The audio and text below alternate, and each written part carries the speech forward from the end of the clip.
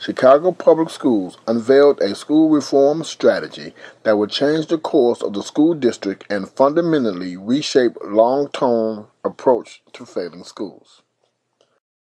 In 2002, then CPS Chief Executive Officer Ernie Duncan announced CPS would permanently close schools it said were chronically low-performing and not improving.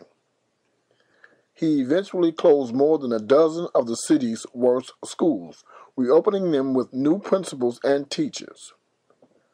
People who worked with him and some who fought him said those turnaround schools were worth the effort. It was Chicago's introduction to Renaissance schools. The hope was that an entirely new staff, a new school, or even an outside entity other than the school district could create high-performing schools from the ashes of those shuttered. Since then, Chicago Public Schools has closed or completely restaffed more than 100 schools. The announcement of school actions, closing, consolidations, or turnarounds has occurred annually since 2002. Formal closure is necessary for chronically failing schools to reset the learning environment more dramatically than simply tweaking the curriculum and retraining old staff. CPS initially said 330 of its schools are underenrolled, the chief criterion for closing. The commission handpicked to oversee Chicago Public Schools closing is leaning strongly toward recommending that no more than 20 schools be closed in any one year, to give students, parents, teachers, and bureaucrats the opportunity to adjust to the upheaval. Today, the public school CEO, Bird Bennett, has said she must close and consolidate some schools by the year end to right-size the district that has lost significant population since the 2000 census, though she has yet to specify how many. Despite cost of shutting buildings and moving children, the CEO has maintained that the consolidations will permit money spent on heat and electricity in under-enrolled buildings to go to classroom instruction.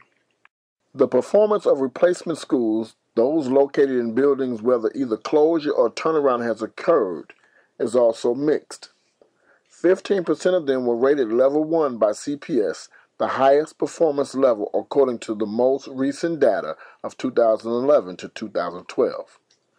32% were rated level 2, another 32% were rated level 3, the lowest rating CPS gives, and 20% did not have enough data. Schools closing in Chicago. Schools are closing in Chicago for a couple of reasons. There are either low-performing schools or schools that have low enrollment. These schools are mostly located in the urban communities. When a school is closed, there are so many people impacted. The school staff, and most importantly, are our students and their families. Students must then adjust to new schools, which is a new environment for them. Students then become stressed out and fearful of their new environment. They have to cross sometimes gang boundaries. They have to come thinking that there's a bias against them. And sometimes their self-esteem is at risk. All this plays in the role for the student. Sometimes students go to those schools that are at a different level that their school that was closed are at, and the work there for them is challenging, and they're unable to do that work, which creates a problem, and the student is caused to shut down. When the student shuts down, this in turn causes behavior issues.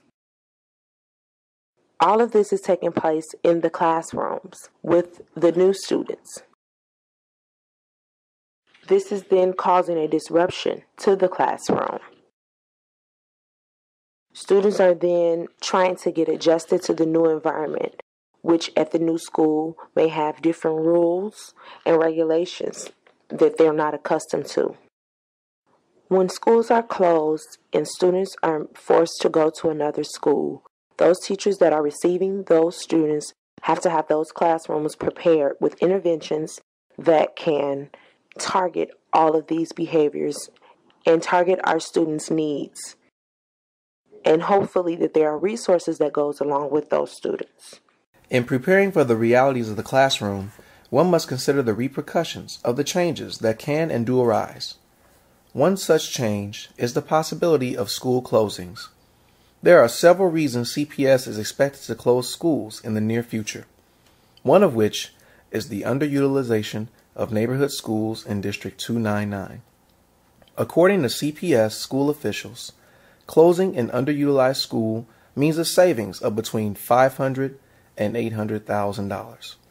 CPS officials state that taking no action means we will continue to spread our limited resources much too thin, at a time when we are facing a $1 billion deficit over the next 3 years. The sooner we act, the sooner we can combine schools and resources so we can better invest in programs that will support more of our students' needs. That means more children can access libraries, nurses and counselors, new technologies such as computers and iPads, playgrounds, art and music, whatever resources may be needed at a given school based on the needs of their students.